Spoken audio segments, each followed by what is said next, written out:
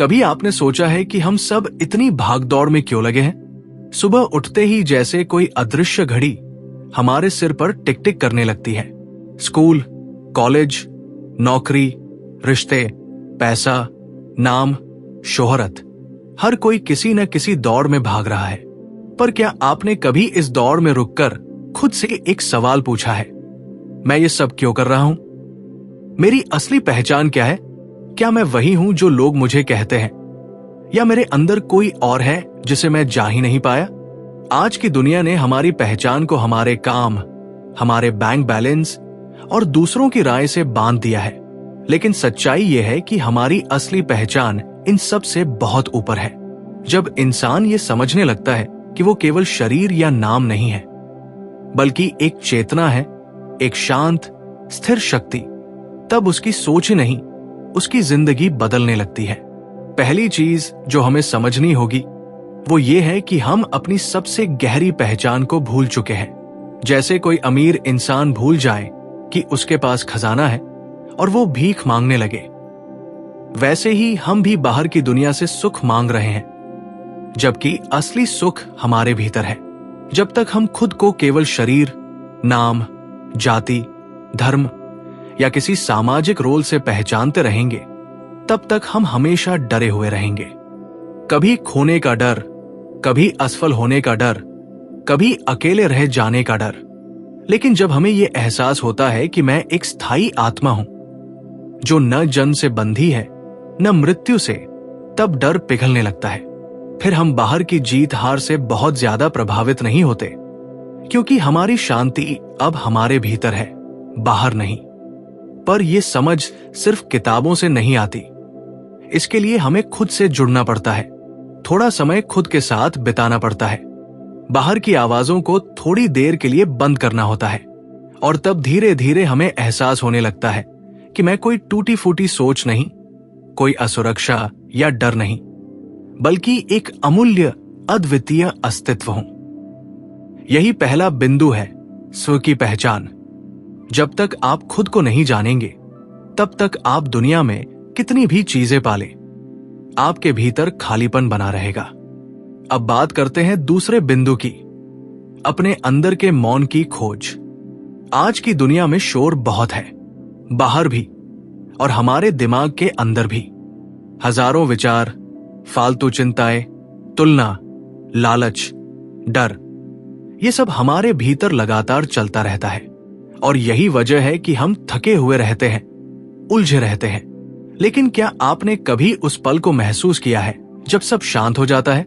जब आप नदी के किनारे बैठे हो या पहाड़ों को निहार रहे हो और अचानक सब कुछ ठहर सा जाता है। वही क्षण हमारे अंदर का सच है, वही मौन, वही शांति। वो कोई बाहर की चीज नहीं, वो तो हर समय हमारे अंदर होती है। बस हम उसे सुन नहीं पाते, क्योंकि हम खुद से भागे हुए होते हैं। ये मौन कोई सुस्ती नहीं है, ये कोई उदासी नहीं है, ये एक शक्तिशाली शांति है जो जीवन के हर तूफान में भी हमें स्थिर रखती है। जब हम इस आंतरिक मौन से जुड़ते हैं तो हमारी प्रतिक्रिया बदल जाती है। पहले जहां हम गुस्से में फट पड़ते थे, वहां अब हम ठहर कर सोचते हैं। पहले जहां हम असफलता से टूट जाते थे, वहां अब हम उसे एक अनुभव की तरह लेते हैं। ये मौन हमारे भीतर का कमांड सेंटर बन जाता है। यहां से हमारा आत्मविश्वास पैदा होता है, हमारी सहनशीलता बढ़ती है और हम जीवन की जटिलताओं को समझदारी से देखना शुरू करते हैं। लेकिन इस मौन तक पहुंचने के लिए हमें खुद को कुछ देर के लिए दुनिया की भीड़ से हटाना पड़ता है। अपने फोन से, सोशल मीडिया से, लोगों की राय से, हर चीज से कुछ पल के लिए अलग होना पड़ता है। और ये अलगाव कोई भागना नहीं है, ये तो खुद से मिलने का समय है। जब आप ये करते हैं तो आप महसूस करते हैं कि आपकी अंदरूनी दुनिया कितनी विशाल, कितनी गहरी और कितनी शक्तिशाली है।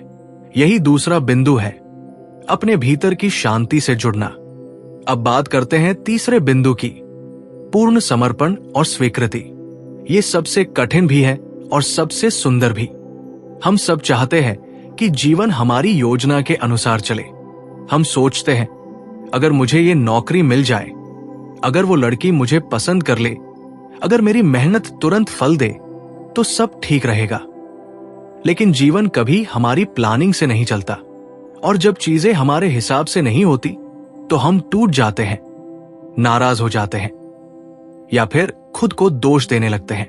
लेकिन क्या आपने कभी सोचा है कि जीवन के हर अनुभव में कोई गहरी बुद्धि छुपी हो सकती है?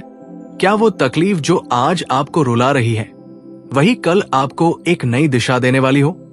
पूर्ण समर्पण का मतलब ये नहीं कि आप प्रयास करना छोड़ दें। इसका अर्थ है पूरा प्रयास करना और फिर परिणाम को स्वीकार करना। जैसे कोई किसान बीज बोता है, पानी देता है, पर मौसम को वो कंट्रोल नहीं कर सकता, वैसे ही हम भी जीवन में बीज बो सकते हैं, मेहनत कर सकते हैं, लेकिन परिणाम को पकड़ने की कोशिश करना छोड़ना होगा। ये समर्पण कोई कमजोरी नहीं है, ये तो शक्ति है। क्योंकि जब हम स्वीकार कर लेते हैं कि हर चीज हमारे नियंत्रण में नहीं है, तब हमें एक तरह की आजादी मिलती है। अब हमें हर चीज पर जोर लगाने की जरूरत नहीं। हम बहाव के साथ चलना सीखते हैं। जैसे नदी पहाड़ों को काटते हुए अपना रास्ता खुद बना लेती है, वैसे ही हम भी जीवन की बाधाओं से बहते हुए आगे बढ़ सकते हैं। इस समर्पण में एक गहरी शांति है।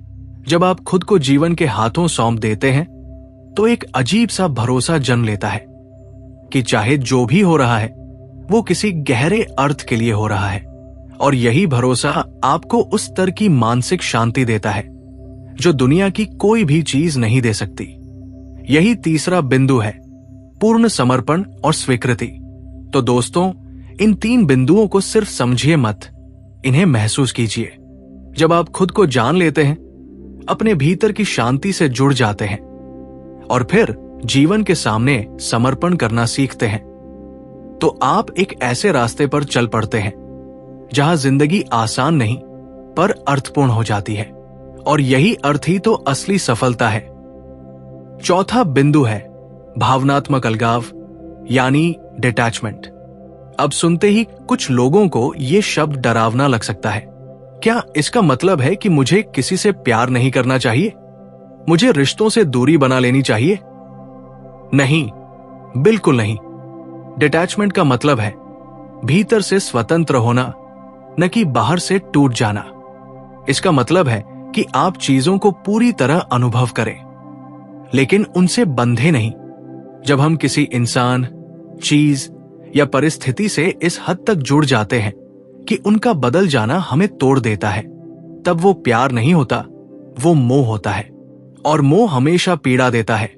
डिटैचमेंट एक ऐसी स्थिति है जहां आप दिल से प्यार करते हैं पर उसकी जरूरत में नहीं जीते, जहां आप मेहनत करते हैं लेकिन नतीजों पर आपकी खुशी टिकती नहीं, जहां आप हर चीज का सम्मान करते हैं पर खो जाने का डर नहीं पालते। जब आप इस स्थिति में पहुंचते हैं, तब आप दूसरों को सच में प्यार करना सीखते हैं, बिना शर्तों के, बिना अपेक्षाओं के। यही सच्ची स्वतंत्रता है। यह आपको भीतर से स्थिर बनाती है, चाहे जीवन में कुछ भी बदल जाए। 5वां बिंदु है जागरूकता, यानी कॉन्शनेस।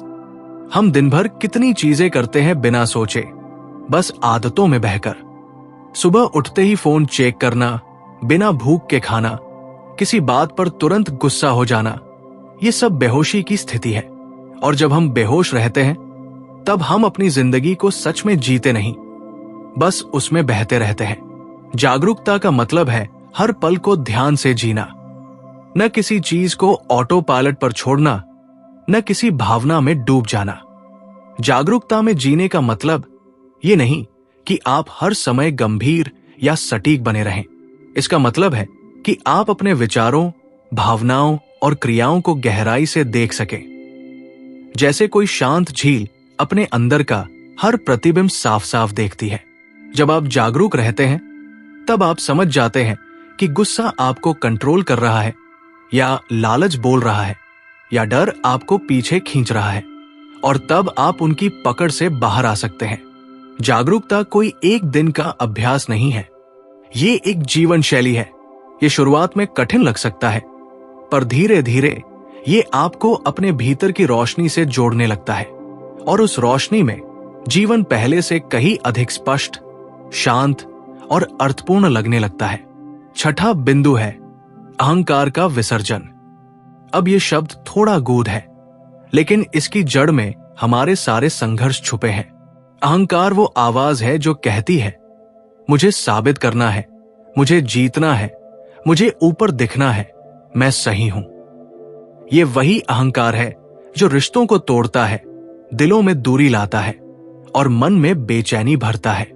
ये हमेशा तुलना करता है दूसरों से, बीते कल से, भविष्य की कल्पनाओं से। और जब तक अहंकार सक्रिय है तब तक मन को शांति नहीं मिलती। पर हमें यह भी समझना होगा कि अहंकार कोई दुश्मन नहीं है, वो सिर्फ डर से बना एक आवरण है। हम सबने अपनी पहचान को किसी ना किसी मैं से जोड़ रखा है। मैं बुद्धिमान हूं, मैं सफल हूं, मैं सुंदर हूं, मैं खास हूं। और जब कोई उस पहचान को चुनौती देता है तब हमारा अहंकार तड़पने लगता है। लेकिन अगर आप इस मैं को थोड़ा ढीला छोड़ दे, अगर आप मान ले कि आप सिर्फ एक भूमिका नहीं है बल्कि कुछ ज्यादा गहरा है, तभी सच्चा संबंध, सच्चा प्रेम और सच्ची विनम्रता जन्म लेती है। जब मैं हटता है तो हम शुरू होता है और वहीं से जीवन की असली मिठास शुरू होती है। और आखिरी बिंदु है प्राकृतिक प्रवाह के साथ चलना, यानी फ्लो के साथ जीना। हम में से बहुत लोग जीवन को जबरदस्ती कंट्रोल करने की कोशिश करते हैं। हम हर चीज को अपने हिसाब से मोड़ना चाहते हैं, रिश्ते, करियर, हालात, लोग, सब कुछ। लेकिन जीवन किसी मशीन की तरह नहीं है जिसे पुर्जों की तरह जोड़ा जाए। ये एक नदी है जिसका अपना बहाव है, अपनी दिशा, अपना समय।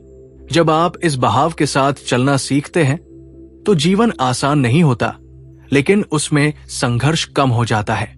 आप अपनी दिशा खुद चुनते हैं, लेकिन हवा की रफ्तार को पहचानते हैं। आप मेहनत करते हैं, लेकिन प्रकृति की लय को समझते हैं। आप योजना बनाते हैं, लेकिन लचीलापन भी रखते हैं। यही लचीलापन आपको टूटने से बचाता है और यही स्वीकार्यता आपको सच्ची परिपक्वता देती है। फ्लो में जीने का मतलब है हर दिन, हर स्थिति, हर रिश्ते को एक अवसर की तरह देखना। इसका मतलब है खुद को ज्यादा गंभीरता से न लेना और जीवन के रहस्यों को थोड़े कौतूहल से, थोड़े खेल के भाव से स्वीकार करना। यही वो दृष्टिकोण है जो साधक को ज्ञानी बनाता है और साधारण इंसान को सुंदर बनाता है। तो दोस्तों, इन 7 बिंदुओं में छुपा है एक ऐसा दर्शन जो आज के युवा को, आज के व्यस्त इंसान को एक नई दिशा दे सकता है। ये कोई भागने की बातें नहीं है, ये जिंदगी के साथ गहराई से जुड़ने की बातें हैं। जब आप खुद को पहचानते हैं, अपने भीतर उतरते हैं, चीजों से बंधना छोड़ते हैं, जागरूकता से जीते हैं, अहंकार को छोड़ते हैं और जीवन के बहाव में बहना सीखते हैं, तब आप केवल एक अच्छा इंसान नहीं बनते, आप एक जागृत आत्मा बनते हैं। और यही इस जीवन का अंतिम उद्देश्य है, जागना, खिलना और अपने होने को पूरी तरह जीना। अब ये आप पर है। क्या आप भी इस यात्रा पर चलने के लिए तैयार हैं?